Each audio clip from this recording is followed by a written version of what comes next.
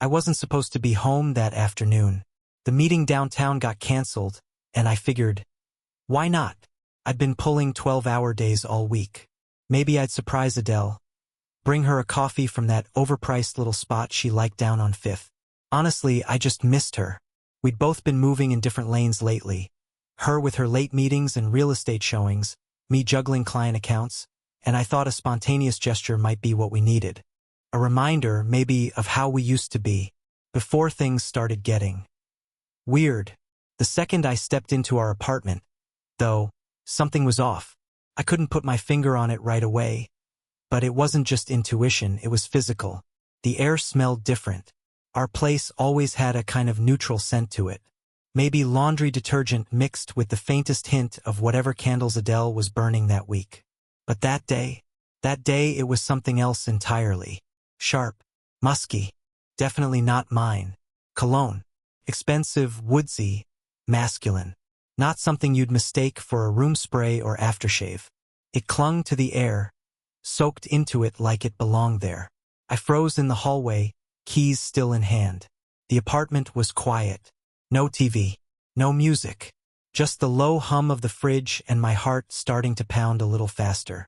My shoes echoed too loudly on the floor as I walked toward the kitchen. That's when I saw it. A men's jacket draped over the back of one of our chairs. It wasn't mine. Too fitted. Dark olive, designer cut, and clean. Like it had just been taken off. No dust, no lint. There was a smartphone peeking out of one of the inner pockets. I didn't touch it. Instead, I just stood there, staring. Like maybe if I looked long enough, it would become something else. A client's jacket, a neighbor's, hell. Maybe it was a weird staging prop for one of Adele's listings. That's how far my brain went, reaching for some kind of rational explanation. I heard movement, quick footsteps, then the soft click of the bathroom door opening down the hallway. A moment later, Adele stepped out, wrapped in her white robe, the one she usually saved for post-shower wine and movie nights. Her skin was still damp, hair twisted into a towel that was starting to slip off her head. She didn't look startled. Not even a little. Just calm. Collected.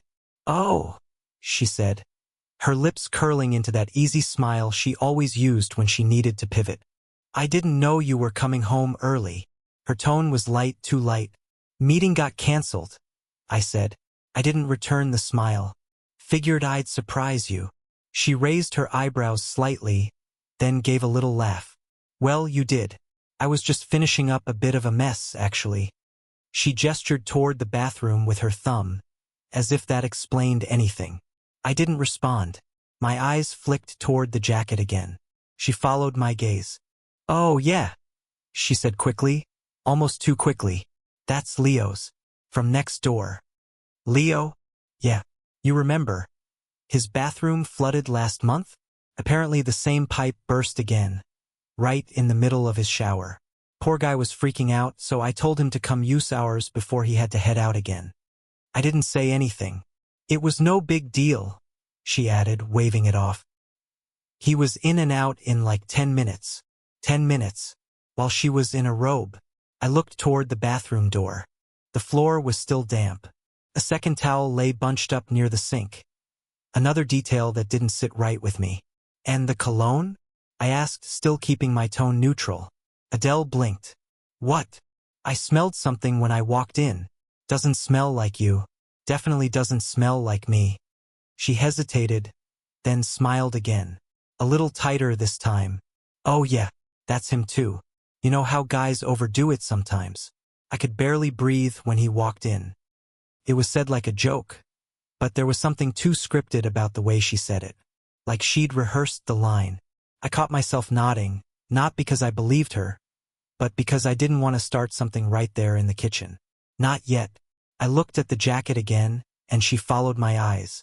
"I was just about to drop it off," she said. "He left in a rush and forgot it." Another pause. This one hung heavy. "You okay?" she asked, stepping closer. "You're looking at me like I've grown a second head." I forced a breath. "Yeah, just wasn't expecting the place to smell like a department store." She laughed again, but it didn't reach her eyes. "I told him not to spray so much," she said. Next time, I'll make him stand on the balcony. Next time. That was when my stomach turned a little. Adele was calm, too calm. Her voice, her body language, it was all effortless. Not just composed, but deliberate. Like every word had been selected and placed before I even walked through the door. I let it go. I didn't push back. Didn't ask follow-ups. I said something about needing to get back to the office, that I just stopped in to say hi.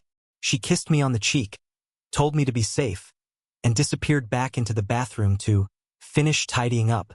But something shifted in me that day. It wasn't the jacket. It wasn't even the cologne. It was the way she handled it. Too perfect. Too smooth. As if she'd been preparing for this exact scenario. And maybe she had. Because here's the thing, I know Adele. Or at least I thought I did. We'd been together for 5 years, married for 2. I'd seen her stressed, giddy, heartbroken, annoyed, anxious, hungover, sleep-deprived. I'd seen her stumble through awkward run-ins with old friends and fight through panic attacks before big presentations. She wasn't this composed. Not naturally. Not when caught off guard. This version of her? The one who smiled like she was in a job interview? That wasn't my wife. That was someone performing. And suddenly, the pieces I'd been too tired to connect over the past few months began to line up. Just out of reach, just enough to make me uneasy. The late nights, the sudden privacy around her phone, the way she'd started locking the bathroom door while she showered. And now, a man's jacket in my kitchen, explained away with a neighborly favor and a too-perfect grin. I told myself not to jump to conclusions. I told myself there were a dozen possible explanations, and only one of them was the one I feared. But the thing about instincts is, once they wake up, they don't go back to sleep. Not easily. I walked out of the apartment that afternoon feeling like I just stepped through an invisible threshold. Like everything that came before had been one version of reality, and everything after would be something else entirely. Not suspicion, not paranoia, but the quiet, cold realization that I'd just seen the first crack in the life I thought was solid. And once you see it, you can't unsee it. The next morning, after Adele left for work, I sat at the edge of our bed, staring at the spot where her pillow still held the faint imprint of her head. It was quiet, too quiet, the kind of silence that lets your thoughts start pacing around, opening doors you've kept locked for months. I told myself I wasn't jumping to conclusions. I told myself what happened yesterday could be nothing, but something had shifted, and once it did, I couldn't stop the flood of memories from coming back, each one now colored by a different light. Looking back, maybe the signs had always been there. I just trained myself not to see them. Started small. She changed her phone passcode 6 months ago. I only noticed because I tried to play music off her phone in the car and couldn't get in. She laughed it off, said she changed it for security after her boss had their phone stolen. I didn't think anything of it then. But after that, she never left it unattended. Not on the couch, not on the nightstand, not even when she took a shower. It was always within reach, screen tilted down, alerts muted. Then came the gym. She'd always been health conscious, but she joined this new high-intensity training studio across town. An extra 40-minute round trip. The place charged more than our groceries for the month. And when I offered to go with her once, she told me it was her time. At first, I respected that. We all need our own space. But something about the way she shut it down, it wasn't casual. It was defensive. The gym bag started living in her trunk. I asked her once if she wanted me to bring it in after unloading groceries, and she snapped. Just a quick, too harsh, "No, I got it." Before softening and saying she'd take care of it later, I brushed it off. I kept brushing things off. Even when her perfume changed, something I used to notice instantly, I didn't question it. The new scent was lighter, more floral. She said she got a sample from a client and loved it. That was it. No story, no conversation, just a casual toss of the explanation over her shoulder. But the int asterisk Macy? That's where the real change was. We used to be magnetic. We'd steal touches in the kitchen, kisses on the stairs, inside jokes whispered in passing.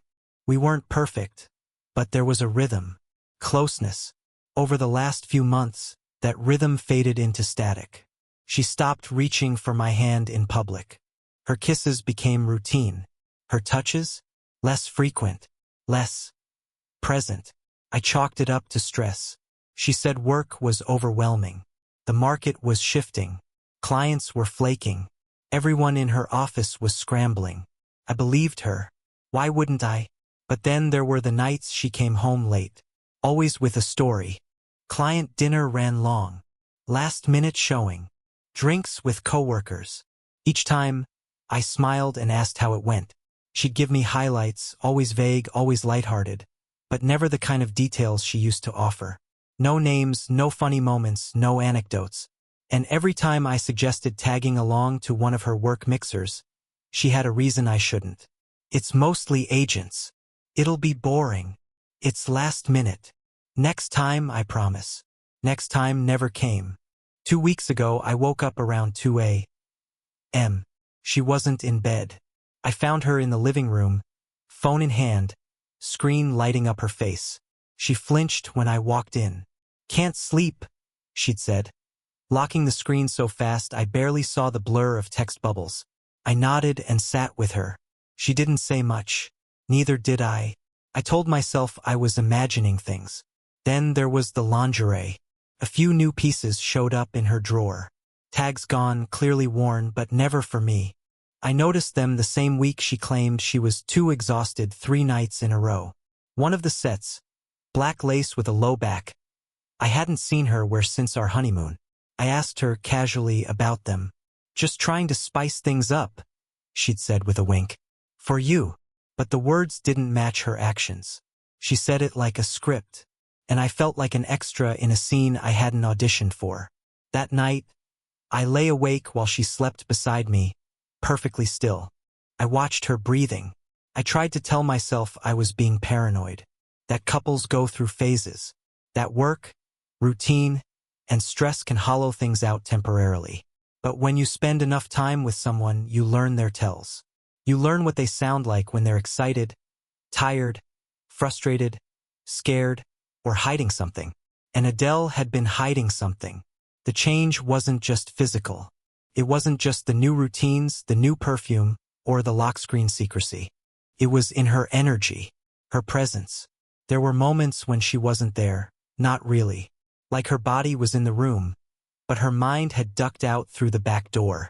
She stopped asking questions about my day. Stopped texting me random things she thought I'd find funny. Stopped reminding me to buy the almond milk she always said tasted better than the regular stuff. Little by little, she'd been withdrawing. And I, idiot that I was, chalked it up to the normal erosion of familiarity. But now I was starting to see it for what it really was. Not erosion, not fading, but distance. Intentional, strategic, managed. And if I was being completely honest with myself, I hadn't just missed the signs. I had ignored them. There were opportunities to ask the hard questions, to push, to dig. But I didn't. I was scared of what I might find if I looked too closely. Because if she was lying, if she was pulling away because there was someone else, then that would mean the life I thought we were building wasn't what I believed it was. It would mean everything I thought we had was already gone. So I let it slide.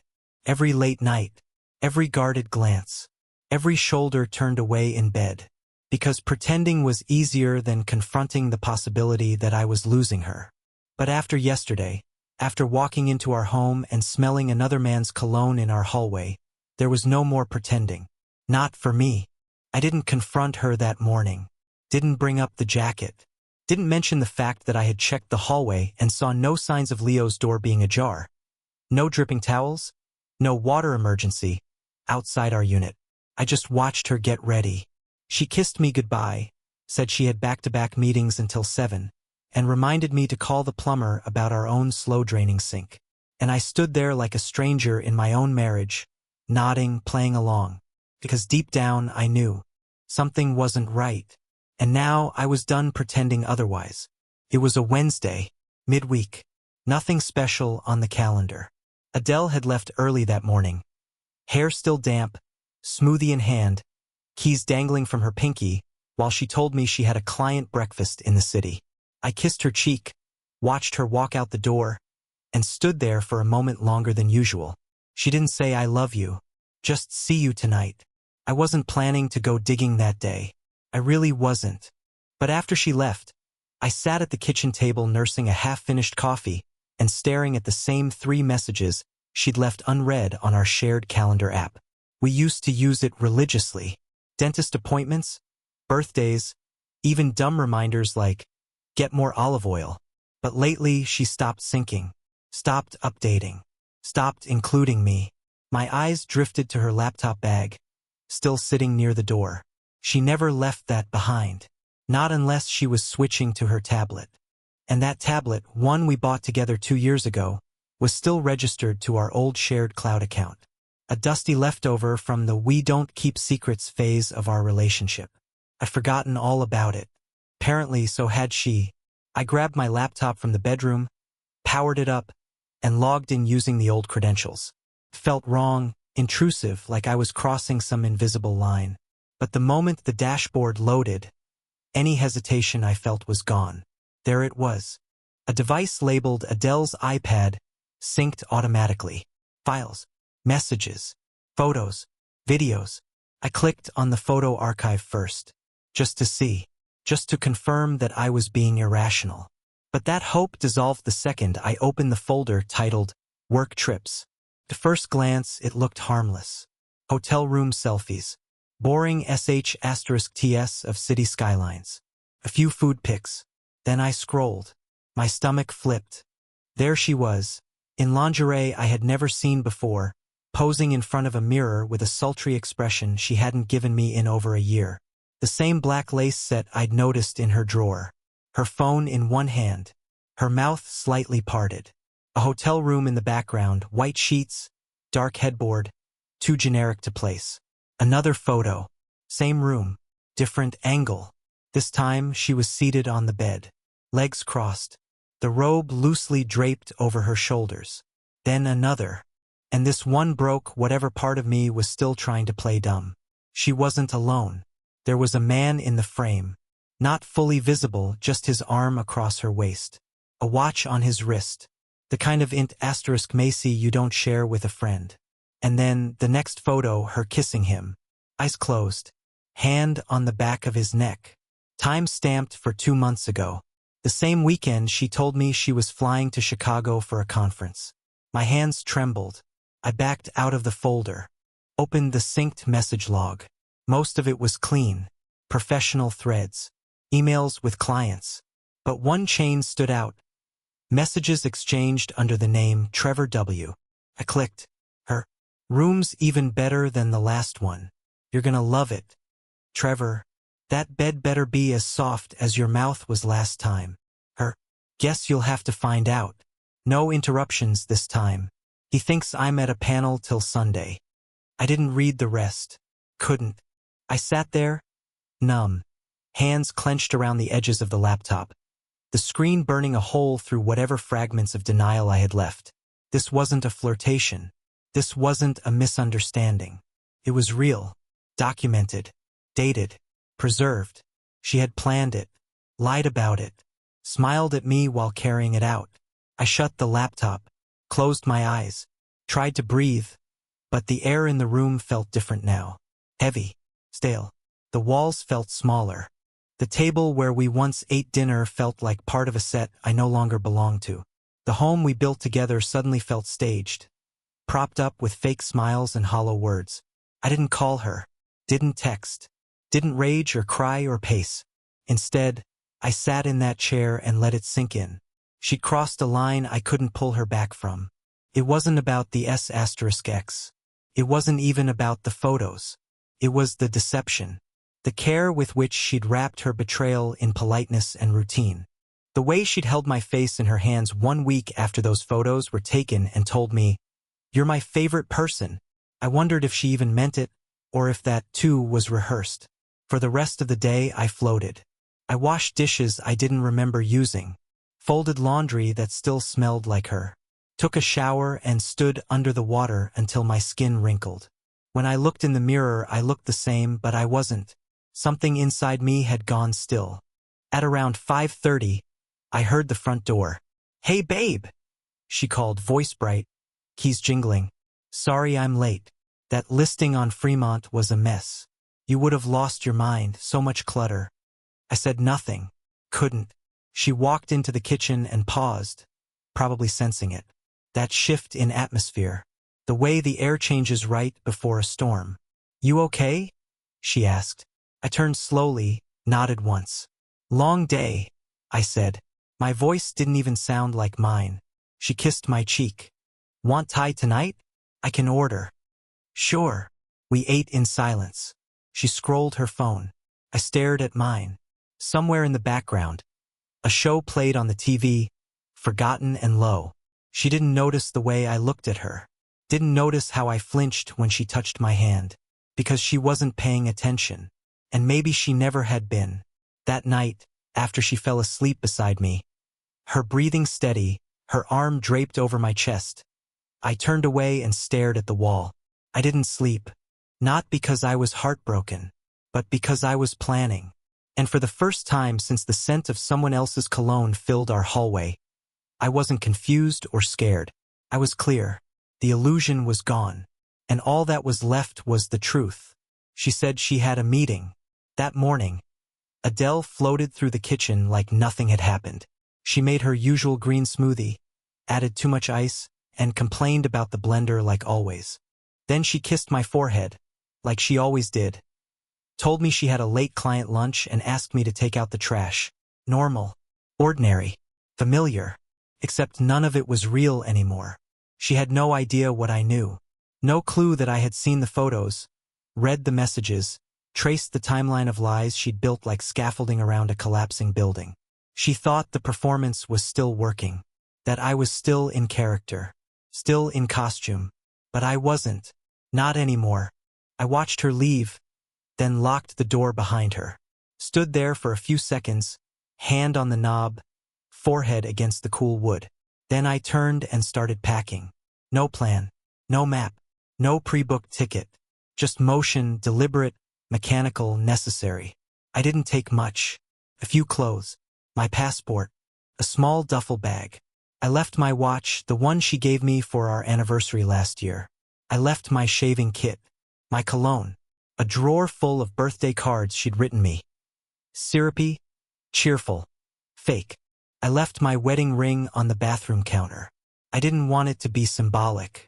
I just didn't want it near me. By the time I zipped up the bag, I had only one thought. Go somewhere she's never been. Somewhere untouched by memories or lies or perfume clinging to pillowcases. I opened my laptop, typed one phrase into the search bar. Last-minute flights, no layovers. One popped up. Cape Town. It felt random, like throwing a dart at a globe, but it also felt clean, neutral. A place she'd never mentioned. A place we hadn't ruined together. 2 hours later, I was in an Uber. The driver talked about traffic. I nodded along, staring out the window, watching my city blur into overpasses and warehouses and billboards I'd seen 1,000 times but never really read. At the airport, I paid cash for a burner phone at a kiosk. Deleted the cloud account from my devices. Turned off location sharing. Texted my boss. Emergency family matter. Will be offline indefinitely. I'll explain when I can. He replied with concern and understanding. I didn't answer. I turned my regular phone off before boarding. It didn't buzz again for weeks. Cape Town greeted me with wind, salt air, and a sky so blue it looked painted. I didn't sleep on the flight, just watched the hours tick by on the tiny seat screen and tried to remember what breathing felt like when it wasn't laced with panic. The hotel was simple, quiet, a little worn around the edges. Perfect. The front desk clerk was named Isaac. He smiled and asked if I was here on business or pleasure. I said, neither. He nodded like he understood. That first night, I stood on the balcony for hours, staring at the ocean. No music, no conversations, just the tide moving in and out, over and over, like it had never lied to anyone. And for the first time in months, my body wasn't clenched in defense. No guessing games, no decoding messages. No wondering if the warmth in her voice was real. Just stillness. The next morning I woke up late, ate a slow breakfast, Walked along the beach in borrowed sandals from the hotel's lost and found. Eventually wandered into a local dive shop and asked about beginner classes. The guy behind the counter, probably younger than me by a decade, said, "We'll start you shallow, don't worry." His name was Marco. Chill, no pressure. Said he could use an extra hand part-time if I ended up staying a while. I said maybe, but I already knew the answer. I started spending my days on the water. Some days were cloudy, the sea rough. Other days were clear and still like glass. Either way, it beat sitting in a room full of lies back home. And my phone? It stayed off. The messages came. I saw the notifications when I recharged it once to check my bank, but I didn't read any of them. There were dozens. From Adele. Most were short. "Where are you? Please just talk to me. I can explain. I'm worried. This isn't fair. We can fix it." Others were long, broken into paragraphs. One even started with, "I know you're hurting and I know I messed up, but please." I powered the phone off again. She didn't deserve my pain, let alone access to it. The longer I stayed, the less I needed her version of the story. Her voice had always been persuasive, polished. She could cry on cue. She knew how to sound honest, even when her mouth was full of fiction. But the photos hadn't lied. Trevor hadn't lied. The timestamp didn't lie. And I didn't need to hear her tell me it wasn't what it looked like, because I knew exactly what it was. I'd stared into the face of it, alone in my kitchen, while she smiled through another alibi. I spent a week drifting, learning to breathe through a regulator, laughing with strangers who didn't know my name or story, drinking cheap wine with my feet in the sand. It wasn't healing exactly, but it was clarity. Back home, I'd become a version of myself I didn't recognize. Quiet, paranoid, tiptoeing through every day hoping not to find what I already knew. But here, I didn't feel watched. I didn't feel played. I didn't feel like a fool. I felt untouched. One night, I sat outside my hotel room, a notebook in my lap, and made a list of things I used to love that had slowly faded. Cooking for someone who noticed. Long walks where no one checked their phone. Mornings without tension. A laugh that wasn't forced. A hug that meant something. I realized Adele hadn't just lied to me. She'd trained me to live in a constant state of negotiation. To measure my worth against her mood. To believe that not being sure was a valid answer when asked for honesty. But in this quiet corner of the world, away from her voice and her perfume and her curated explanations, I remembered something I hadn't thought about in months. I was allowed to leave, allowed to breathe, allowed to want more than being someone's fallback plan while they chased excitement in hotel rooms. It didn't hit me all at once.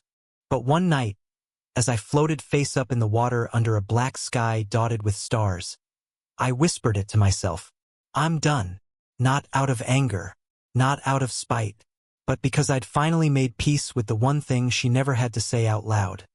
She was already gone long before I was. I just hadn't caught up yet. It had been just over a month. I didn't count the days intentionally.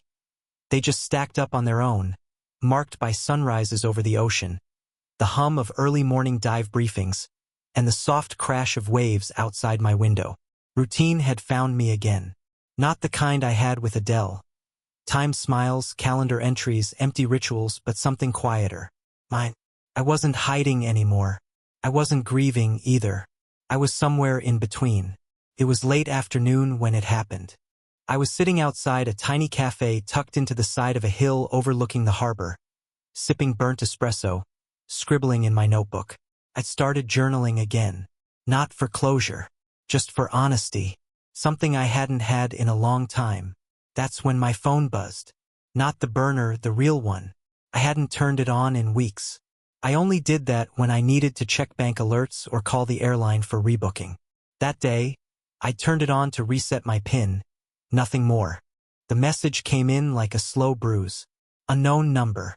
U.S. Area code. No name attached. Hey, I'm sorry to bother you. My name's Trevor. I think we need to talk. I stared at the screen. For a moment, I actually laughed. Not because it was funny, but because it felt absurd. like a scene from a badly written drama. But this wasn't fiction. This was real life. And I was the guy sitting halfway around the world while his wife's affair partner dropped into his inbox. I didn't respond right away. Instead, I sat with it, watched the sea, let the wind carry off the sting. After a while, curiosity edged out everything else. I typed back one word. Why? The typing bubbles appeared almost instantly. Then, I didn't know. About you. She told me she was divorced. Said you were just roommates sharing a lease. Said you were emotionally unstable and wouldn't move out. I didn't know Jake. I swear. I sat still, blinking at the screen. My chest felt hollow, like someone had scooped something out without warning. He kept going. When I found out the truth, I ended it. Weeks ago. Before she ghosted me too. She lied to both of us, man. I figured you should hear it from me. You deserved that much. Another message. I'm not reaching out to start anything. Just wanted you to know I didn't knowingly disrespect your marriage. I'm sorry. Really. I didn't reply. Not right away. Not out of anger. Just shock. Disgust. And strangely, relief. Because I had wondered. A lot. About him. Who he was. What he knew. Whether he looked me up. Whether he cared. Whether he laughed behind my back when she told him her version of things. But this was something else. This was confirmation of the deeper betrayal, the one that hurt worse than the cheating. It was the lie about me, not just to herself, not just to him, but to everyone. The roommate's lie, the he's unstable lie, the we're separated but stuck financially lie. It was so well worn I could hear her voice delivering it like a rehearsed monologue. And the worst part? I knew exactly how convincing she could be when she wanted to be pitted. I typed, I appreciate you reaching out. I'm not mad at you. I just hope, for both our sakes, she stays gone. He replied once more, same here. Take care of yourself. You seem like the kind of guy who actually deserves better. I stared at that last message for a long time. Deserves better. It's something people say when they don't know what else to offer. A ribbon to put on top of a mess they didn't make. But it didn't sting. It felt accurate. And that, more than anything else, confirmed what I'd already started to believe. This wasn't just about infidelity. This was about manipulation, craft, control. I spent the rest of the day in a haze. Not angry, not sad, just stunned. I thought back to every conversation we'd had in the last year where Adele had twisted something small, some ordinary frustration or emotional moment, and turned it into a narrative about my fragile moods, or my overthinking, or how I needed too much. She'd painted herself as the stable one, the long-suffering partner, the reasonable voice. And now I could see the pattern. She didn't just cheat. She rewrote history around it. Built herself a story where she was the hero escaping a broken man. And Trevor? He was just another prop. A set piece. It wasn't about love. It was about control. By the time the sun dipped below the water, I'd made peace with something strange. I didn't care if she found someone else. What mattered was that I was no longer part of the lie. I deleted the thread. Blocked the number not out of spite but because I didn't need to hold on to it. It had done its job. It had burned away the last bit of fog I didn't realize I was still carrying. That night, I walked to the edge of the dock where the dive boats were tied up and sat with my feet dangling over the side. I watched the water move in slow, lazy patterns beneath me. Everything about it felt honest, unapologetic. Later, back in the room, I pulled out my journal and wrote one sentence. The truth doesn't always come from who you expect, but it always shows up eventually. I closed the book. Slept with the window open. No dreams. Just wind.